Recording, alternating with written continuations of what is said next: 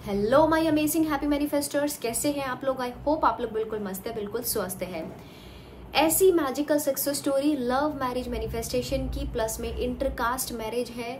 बहुत ही magical success story है। मैं ये शर्त के साथ में बोल सकती हूँ कि आपने पूरे यूट्यूब पर कभी नहीं सुनी होगी। पहली बार ऐसी मैजिकल सक्सेस स्टोरी आप सुनने वाले हैं जिसको सुन करके आपके एक्चुअल में रोंगटे खड़े हो जाएंगे। आप भी मैनिफेस्ट कर सकते हैं लव मैरिज को, आप भी मैनिफेस्ट कर सकते हैं जो आप चाहते हैं एक्चुअल में वो मैनिफेस्ट कर सकते हैं, लेकिन उसके लिए थोड़ा सा पेशेंस रखना पड़ता है, एनर्जी को अच्छा रखना पड़ता है। क्या करना चाहिए, क्या है, सबसे पहले आप एक ऑडियो सुनिएगा जिसमें इन्होंने, मेरी एक मैजिकल मेंबर है कोमल, इन्होंने कैसे मैजिकली मैनिफेस्ट किया है, क्या हुआ है, इनका पूरा ऑडियो बड़े ध्यान से आप सुनिएगा। हेलो मैम, जय श्री श्याम, जय जगन्नाथ जी। मैम मुझे ना अपनी सक्सेस स्टोरी शेयर करनी है और मेरी स्टोरी थोड़ी-सी बड़ी है तो इस वजह से मैं अपनी वॉइस नोट में आपको भेज रही हूँ। तो मैम मेरी सक्सेस स्टोरी ये है कि मेरा 8 साल का रिलेशनशिप था मेरे एसपी के साथ और मैं और मेरे एसपी हम लोग एक ही ऑफ़िस में काम करते थे, हमारी ब्रांचेज़ अलग-अलग थी। तो एक ऑफ़िस में काम करने की वजह से अक्सर हम लोग मीटिंग्स में मिलते थे और मीटिंग्स में मिलने की वजह से ही हम लोगों का कॉन्टैक्ट हुआ था एक-दूसरे से। और मेरी एक ना मैम बेस्ट फ्रेंड थी अलका करके, तो उसको भी मैंने ही अपने साथ जॉब पर लगवाया था। तो मैं, मेरी बेस्ट फ्रेंड अलका और मेरे एसपी, हम तीनों की ना बॉन्डिंग बहुत अच्छी थी। हम तीनों हमेशा साथ में रहना, घूमना, मीटिंग्स वगैरह हर चीज़ के लिए हमेशा साथ रहा करते थे। अलका को मैम सब कुछ पता था मेरे बारे में, मेरे और मेरे एसपी के बारे में। और मैं हूँ राजपूत फैमिली से और मेरा जो एसपी है वो है गुर्जर फैमिली से। तो मेरी फैमिली को इस चीज़ से कोई प्रॉब्लम नहीं थी, हालाँकि उसकी फैमिली को थोड़ा-सा था इश्यू कि नहीं, हम अदर कास्ट में अपने लड़के की शादी नहीं करेंगे। बट मेरी फैमिली में मेरी मदर को कोई प्रॉब्लम नहीं थी। उन्हें बस ये था कि मेरी बेटी कहीं भी जाए, खुश रहे, जहाँ उसकी खुशी है हम वहाँ शादी कर देंगे। बट मैम लास्टली 3 साल से मेरी मदर की तबीयत ज़्यादा ख़राब होने की वजह से मैंने अपनी जॉब छोड़ दी थी, क्योंकि मेरी मदर बेड रिडन थी और उनको मेरी ज़रूरत थी। तो मैंने उस टाइम अपनी जॉब छोड़ दी थी। जॉब छोड़ने के बाद से मैम सडनली ना मेरे और मेरे पार्टनर के बीच में बहुत ज़्यादा लड़ाइयाँ होने लग गई थी, बहुत ज़्यादा। हर बात में आर्ग्यूमेंट्स होते थे, हर चीज़ में मिसअंडरस्टैंडिंग। मतलब चीज़ें इतनी ज़्यादा कॉम्प्लिकेटेड हो गई थी कि 1.5 साल से हमने एक-दूसरे से बिल्कुल ही कॉन्टैक्ट ख़त्म कर दिया था। ना मिलना, ना बातचीत करना, और अगर कभी बातचीत होती भी थी तो हमारे बीच में लड़ाइयाँ ही हो जाती थी। तो हमने यही डिसाइड किया था कि हम कभी बात ही नहीं करेंगे। बट 6 महीने पहले जब मुझे पता चला कि मेरे एसपी की एंगेजमेंट मेरी फ्रेंड के साथ ही हो रही है, तो मुझे उस टाइम एकदम शॉक्ड हुई मैं कि ये क्या हुआ? फिर मुझे लगा कि चलो ठीक है, जो भी है, मैंने तो उसके साथ अपना रिलेशन ख़त्म ही कर दिया ना।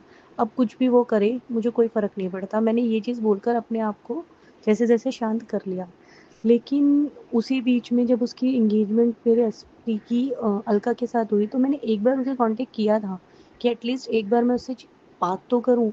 लेकिन उस टाइम भी हमारी इतनी ज़्यादा लड़ाई हो गई कि हम लोगों ने कुछ भी क्लियर नहीं किया और उस दिन से ये हुआ कि अब हम कभी फ्यूचर में कॉन्टैक्ट नहीं करेंगे।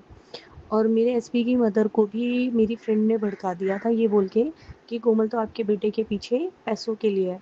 बिकॉज़ ऑफ पता नहीं, उसको ऐसा लगता था कि मेरा एसपी थोड़ा फाइनेंशियली अच्छा है, तो इसीलिए उसके साथ में जो भी लड़की रहेगी उसकी लाइफ़ बहुत अच्छी हो जाएगी। ये अलका की मेंटालिटी थी। तो इसलिए उसने उसकी मदर को ये चीज़ बोल दी थी कि वो तो ऑलरेडी किसी और के साथ में रिलेशनशिप में भी है और आपके लड़के को उसने पागल बना रखा है। उल्टा-सीधा, मतलब बहुत कुछ मेरे लिए नेगेटिव चीज़ें उसकी मम्मा को उसने बताई और यहाँ तक कि मेरे एसपी को भी इतनी गलत चीज़ें बता रखी थी कि वो मेरे से बात ही नहीं करना चाहता था और मुझे भी उसके बारे में इतनी गलत चीज़ें बोलती थी कि मैं भी उससे बात नहीं करना चाहती थी। फिर यही हुआ मैम कि 6 महीने से हमारा कोई कॉन्टैक्ट नहीं था। उसकी वहाँ एंगेजमेंट हुई, सब चीज़ें हमारी ख़त्म थी। ठीक है, फिर मैं भी अपनी मदर की वज़ह से बिज़ी थी तो मैंने उधर ध्यान भी नहीं दिया। बट जस्ट सडनली 3 मंथ पहले मेरी मदर चली गई, तो उसे पता चला होगा कि कोमल की ऐसे-ऐसे हुआ है। तो उसने बोला कि अलका, कोमल की ना मदर गई है, मेरे को सुनने को मिला है और मैं जाऊँगा कोमल को मिलने के लिए। तो इसने जब भी उसे कह दिया कि नहीं यार तू मत जाइयो, अगर तू गया तो देख सीन हो जाएगा, क्योंकि कोमल ने कह दिया, उसको बोल दिया मैं उसकी शक्ल भी नहीं देखना चाहती, तो वो मेरे घर में ना आए। तो यार तू मत जाइयो नहीं तो इश्यू हो जाएगा। इसने, मतलब अलका ने उसको ऐसा जब बोला तो फिर वो नहीं आया। उसके बाद में मैम चीज़ें, मैं अपनी लाइफ़ में हूँ, वो अपनी, मुझे नहीं पता था उसकी लाइफ़ में क्या चल रहा है। और मैंने इसी वजह से, क्योंकि मैं नहीं चाहती थी कि अलका से अगर मैं कॉन्टैक्ट में रहूँगी तो कहीं न कहीं मेरे एसपी के बारे में मुझे पता चलेगा। तो मैं अपनी पूरी तरह से मैंने अलका से भी कॉन्टैक्ट ख़त्म कर दिया था। कल जब मैं आप स्वर्ग विज्ञान की क्लास दिलवा रहे थे तो उस टाइम पे मैं अलका को मैनिफेस्ट कर रही थी, क्योंकि मुझे ये लगता था कि यार मेरी अलका के साथ बचपन की दोस्ती है और मैं अपने सिर्फ एसपी के लिए अलका के साथ अपना रिश्ता क्यों खराब करूं। वो तो हमेशा मेरे साथ थी, हर प्रॉब्लम में मेरे साथ थी। तो मैं कल अलका को जब विजुअलाइज कर रही थी तो हमेशा से ये होता था मैम, ऑफिस में भी मैं, अलका और मेरे एसपी हमेशा हम तीनों साथ रहा करते थे। तो कल जब मैं विजुअलाइज अलका को कर रही थी ना, तो बीच बीच में एक दो बार गलती से मुझे मेरा एसपी दिखा, और जब वो दिखा तो मैंने तुरंत अपना माइंड वहाँ से हटाकर वापस अलका पर लाई, लेकिन हाँ वो मुझे 2-3 बार दिखा। और एक बार मेरे को ये भी थॉट आया कि उसकी एंगेजमेंट टूट गई है। बट फिर मैंने अपना माइंड डाइवर्ट करा, मैंने कहा नहीं यार, ये मेरा ही थॉट है, ऐसा नहीं, मुझे सिर्फ अलका को विजुअलाइज करना है। और मैं उसे ही कर रही थी, और उसी बीच में मैंने आपको बताया भी था कि मैम मेरे को कॉल आया। तो जब कॉल आया तो मैं क्लास ले रही थी, तो मैंने कॉल पिक ही नहीं की थी, और उसकी उस बीच में 22 कॉल आई, बट मैंने पिक नहीं की। और मैंने अपना ना नंबर भी चेंज कर दिया था। तो कल उसने मेरे किसी कज़न से इंस्टाग्राम पे कांटेक्ट करके नंबर लिया है, और नंबर के लिए वो ट्राई मैम काफ़ी दिनों से कर रहा था, मतलब लास्ट 20 डेज से वो ट्राई कर रहा था कि कोमल का नंबर मिल जाए। बट कल उसने मेरे कज़न से मेरा नंबर लिया, और उसी टाइम जब हम विजुअलाइज कर रहे थे उसका कॉल आ रहा था। तो मेरे पास न्यू नंबर, उसका नंबर सेव था फ़ोन में, तो इसलिए मुझे तो पता था कि उसका नंबर है। बट उसके पास मेरा नंबर आने के बाद जब वो कंटिन्यू मुझे कॉल कर रहा था, तो मैंने कॉल पिक नहीं की। उसके बाद जब मेरी क्लास ख़त्म हुई, तो फिर मेरी उसी बीच में मेरी सिस्टर के पास में उसकी मदर की बार बार कॉल आ रही थी, क्योंकि इसने बोला कि कोमल मेरा फ़ोन नहीं उठा रही, तो आप बात करो। तो उसकी सिस्टर ने मेरी दीदी को बोला कि हमें ना कोमल से बात करनी है, वो फ़ोन नहीं उठा रही। तो दीदी ने कहा नहीं, कोमल बात ही नहीं करना चाहती। तो मतलब उन्होंने बोला कि नहीं, हमें पता चला है कोमल का ऐसे-ऐसे मम्मी का। तो मतलब जो भी उनकी बात हुई, उसके बाद उन्होंने बोला कि हम अपने लड़के के लिए कोमल की से ही शादी करना चाहते हैं। तो मेरी दीदी ने बोला कि नहीं, कोमल आपके बेटे से शादी करेगी ही नहीं, क्योंकि जब तो आपको कोमल से ज़्यादा बुरा इस पूरी दुनिया में कोई नहीं दिखता था। आप यही तो बोलते थे कि कोमल आपके लड़के के लिए अच्छी नहीं है, ऐसी है, वैसी है। तो अब भी तो वही कोमल है, अब वो अच्छी हो गई। तो उन्होंने फिर बताया सारी चीज़ें कि नहीं ऐसा नहीं है, हमें ऐसे-ऐसे अलका ने बोला था कि कोमल का कहीं किसी और लड़के के साथ चक्कर चल रहा है और वो फँसा रही है ये सब चीज़ें उनकी उन्होंने बताया। और उन्होंने बोला भी कि मेरा लड़का तो बार-बार करता भी रहा कि नहीं, मुझे इसके साथ नहीं, मुझे कोमल से ही शादी करनी है, पर हमने ही उसे इतना मजबूर कर दिया कि उसको कोमल को छोड़ना पड़ा। हमें नहीं पता था कि हम खुद ही अपने लड़के की ज़िंदगी ख़राब करने जा रहे हैं। फिर उन्होंने बोला कि अब हमारी एक बार कोमल से बात करा दो, और हम कोमल के लिए ही रिश्ता लेकर आना चाहते हैं, और कल हम उसके लिए रिश्ता लेकर आ रहे हैं। तो मेरी सिस्टर ने कहा देखो, कोमल से मैं अभी तो नहीं बात करा सकती, मैं उसको बोल दूँगी, वो कॉल कर लेगी। फिर मेरी दीदी ने मुझे कॉल किया कि कोमल तू बात कर ले। जब मैंने मैम कल बात की, तो मुझे सारी चीज़ें क्लियर हुई कि जो भी कुछ इश्यूज़ हमारे बीच में हुए थे, वो सारे के सारे अलका के क्रिएट किए हुए थे। जो भी मिसअंडरस्टैंडिंग्स हुई थी, सब कुछ उसका क्रिएट किया हुआ था। और मेरे एसपी ने उससे 20 दिन पहले ही सगाई तोड़ दी है, क्योंकि मेरे एसपी को कहीं से पता चला है कि ऑलरेडी वो उसका कोई बॉयफ्रेंड है, जिसके साथ में वो मिलती-जुलती है, मतलब एंगेजमेंट के बाद भी उसका कॉन्टैक्ट उससे ख़त्म नहीं है। और फिर उसके बाद में जब उसने उसके बॉयफ्रेंड से कॉन्टैक्ट किया है मेरे एसपी ने, तो उसे पता चला है कि अलका का प्लान ये था कि शादी करके और डिवोर्स दे देगी, और उसके बाद उससे एलिमनी ले लेगी। आई डोंट नो मैम, क्या है, क्यों है, मुझे नहीं पता। बट उसका प्लान ये था कि वो एलिमनी लेने के लिए उससे शादी करेगी और उसे डिवोर्स दे देगी। तो उसके बाद में उसने उसको डिवोर्स दे दिया। उसने बोल दिया कि नहीं, मेरे को अब इससे शादी नहीं करनी, कल को कुछ भी हो सकता है।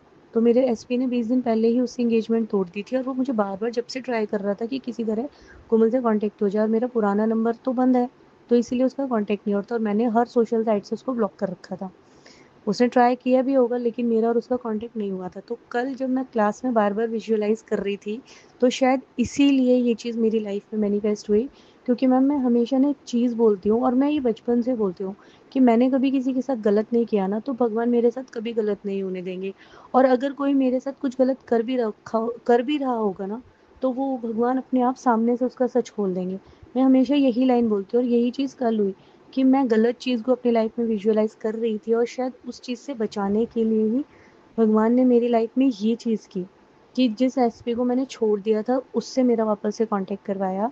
और अब सिचुएशन ये है मैम कि सारी चीज़ें हम दोनों के बीच में सॉर्ट आउट हो गई हैं।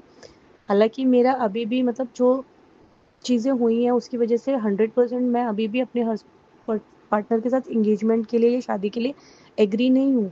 लेकिन ठीक है, अभी मैंने थोड़ा-सा उससे अपने लिए टाइम माँग लिया है, क्योंकि वैसे भी मदर की वजह से अभी भी 1 साल तक तो कुछ होगा भी नहीं। लेकिन हाँ, ये चीज़ है कि कल मेरी लाइफ में मतलब वो चीज़ मैनिफेस्ट हुई जिसकी मैंने पूरी तरह से उम्मीद छोड़ दी थी, और क्योंकि मैं गलत नहीं थी ना, इसलिए मेरे साथ गलत होने भी नहीं दिया भगवान ने। तो thank you so much ma'am, आपकी क्लास की वजह से कल ये हुआ। मुझे ना मेरे एसपी के वापस आने से ज़्यादा खुशी इस चीज़ की है कि जो एक गलतफ़हमी, जो एक झूठ की वजह से हमारा रिश्ता टूटा था, वो चीज़ें ठीक हो गई, वो क्लियर हो गई। तो thank you ma'am, thank you so much कि आपकी वजह से, आपकी क्लास की वजह से कल हम ये चीज़ कर पाए हैं। मेरी लाइफ में सब कुछ ठीक है, धीरे धीरे ठीक हो रहा है और बहुत अच्छा हो रहा है अब तो। और नेक्स्ट मंथ भी पक्का है, मैं आपकी क्लास में ज़रूर आऊँगी। Thank you ma'am. जब आपसे मैंने कॉल कंसल्टेशन ली थी ना मैम, तो आपने मुझे बोला था कि देखना, अब आपके पीछे वो भागेगा, आपको उसके पीछे भागने की ज़रूरत नहीं है। तो मैंने ये बोला था कि मैम मुझे खुद को मैनिफेस्ट करना है, मुझे उसे मैनिफेस्ट नहीं करना है। और सच में मैम मैंने खुद को ही मैनिफेस्ट किया है। कल मतलब मैं हमेशा जो अपनी बातों को रखने से डरती थी, कल मैंने बिल्कुल क्लियर बोला कि नहीं, मुझे ऐसे रिश्ते में जाना ही नहीं है जहाँ मेरी वैल्यू ही नहीं है। एंड कल मैंने रियलाइज़ किया है कि मैम किसी तीसरे की वजह से हमारा रिश्ता खराब हुआ था। तो thank you so much ma'am, इतना अच्छे से हमें समझाने के लिए। थोड़ा-सा मेरा स्टोरी थोड़ी बड़ी हो गई है मैम, उसके लिए so sorry and thank you so much. Thank you. जय श्री श्याम मैम, जय तो जगन्नाथ जी। हुआ यूं था कि हमारा एक बैच चलता है इवनिंग में, अलग अलग बैचेस चलते हैं, हर मंथ अलग अलग बैचेस होते हैं। उस बैच में हम मैनिफेस्टेशन का प्रैक्टिकल कर रहे थे, जो कि इन्होंने भी बताया है वहां से। उस प्रैक्टिकल में हम क्या करते हैं, पूरा डीप लेवल पर वो चीज को हम विजुअलाइज करते हैं। उसी दौरान में इनके पार्टनर का कॉल आना, धीरे धीरे फिर इनका बात होना स्टार्ट हो जाना, इससे इनकी रिलेशनशिप की हीलिंग हुई। ठीक है, रिलेशनशिप की हीलिंग हुई तो बात होना इनका स्टार्ट हो गया पार्टनर के साथ में, जो कि आप देख रहे हो थर्ड पार्टी इशू था, थर्ड पार्टी के साथ ही इंगेजमेंट हो गई थी। कैसे करके वो मैजिकली वहां तक में पहुंचे हैं, अब इसके बाद की कहानी आप लोगों को मैं सुनाना चाहती हूँ। ये स्टोरी आप लोगों को यहाँ पर स्क्रीन पर मिल जाएगी, मैं यहाँ से रीड करूँ, आप लोग यहाँ स्क्रीन से देखिएगा। जय श्री श्याम, जय जगन्नाथ जी, हर हर Mahadev. My another success story, I am Komal. मैंने जुलाई मंथ का बैच ज्वाइन तो किया था, बट क्लास अटेंड नहीं कर पा रहे थे क्योंकि 5 साल से किडनी इश्यूज थे, प्रॉब्लम्स थे। अब लास्ट में ऐसा था कि डॉक्टर ने बोला किडनी ट्रांसप्लांट करना है, लेकिन उसके लिए डोनर अब कहाँ से अरेंज किया जाए। इन्होंने अपनी डायरी में एक बार लिख करके छोड़ दिया कि डोनर अरेंज करवाने के लिए thank you so much universe. हम जब डिक्लेयर करते हैं, बहुत सारे लोग बोलते हैं क्या डिक्लेरेशन में पावर होती है, डिक्लेयर करने से मिलता है क्या? इन्होंने भी डिक्लेयर किया था कि आपने मेरे लिए डोनर अरेंज करा दिया है, थैंक यू सो मच। इस बीच में एसपी से बात नहीं हुई, उन्होंने कॉल किया तो इनकी फैमिली ने रिसीव किया, फिर उन्होंने सिचुएशन बताई, इनकी फैमिली ने पार्टनर को सिचुएशन बताई कि ऐसे ऐसे है। अब इसके आगे की कहानी और भी ज्यादा मैजिकल है। वो आईसीयू में थे क्योंकि उनका ट्रांसप्लांट होना था। अब चीजें बाहर जा रही थी ना, मतलब कंट्रोल के बाहर में जा रही थी, अब करवाना ही था। जो डोनर है वो उनका पार्टनर ही है। यहाँ पर किडनी उन्होंने अपनी डोनेट की। आप सोच सकते हैं, मतलब एक इंसान जो बात नहीं करना चाह रहा है, जो बहुत सारी चीजें इन्वॉल्व है, अब वही इंसान ने उनको किडनी डोनेट की। उनके 2 बेड छोड़ करके उन्होंने जब देखा अपने पार्टनर को और समझ में आया, तो कोई भी हैरान हो जाएगा। जैसे आपको सुन करके रोंगटे खड़े हो रहे हैं, कोई भी हैरान हो जाएगा। इतना सारा मैजिक जो इन्होंने क्रिएट किया है ना बीच में, बहुत अच्छे से। तो इन्होंने वही बोला है कि कैसे हम वो चीजों तक में जा सकते हैं। Thank you so much ma'am. Mother नहीं थी, पीछे एक्सपायर हुई थी, तो लग रहा था सब कुछ चीजें बहुत गड़बड़ चल रही है, बट सब कुछ हम अपने फेवर में करा सकते हैं।